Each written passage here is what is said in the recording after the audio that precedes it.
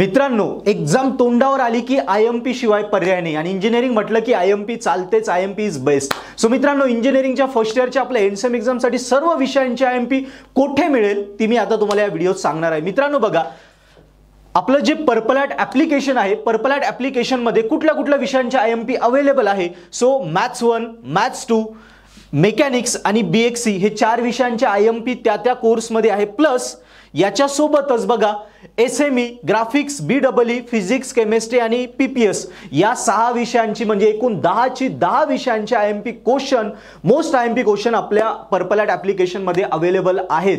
मित्रांनो, आता second question की आयएमपी क्वेश्चन भेटले, मग आता हे मिळवायचे कसे? 2 स्टेप आहे. पहिली स्टेप, तुम्ही पर्पल ॲट ॲप्लिकेशन प्ले स्टोअरवरून डाउनलोड करा किंवा डिस्क्रिप्शन मध्ये लिंक आहे तिथून डाउनलोड करा. आता पर्पल ॲट ॲप्लिकेशन डाउनलोड केलं की तुम्ही कुठलाही कोर्स घ्या, कुठलाही एक कोर्स घ्या आणि त्या कोर्स सोबत या 6 विषयांचे आयएमपी क्वेश्चन तुम्हाला अगदी फ्री दिले आहे.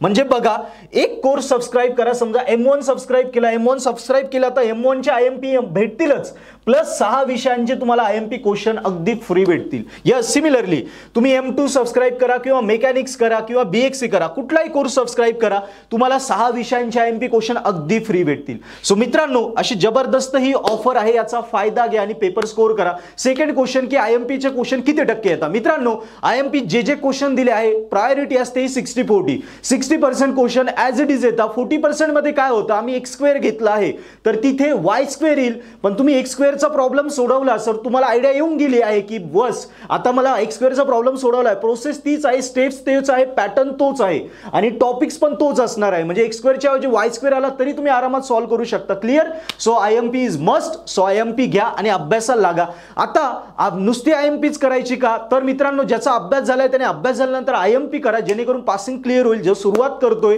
किंवा आता सुरुवात करायची आहे त्याने आधी आयएमपी करा, मग बाकीचा अभ्यास सुद्धा करा. या पद्धतीने करा. So IMP is most.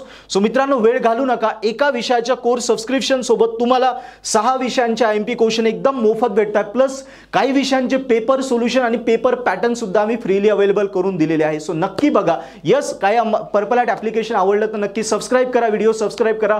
काही क्वेरी असेल लिहा. थँक्यू.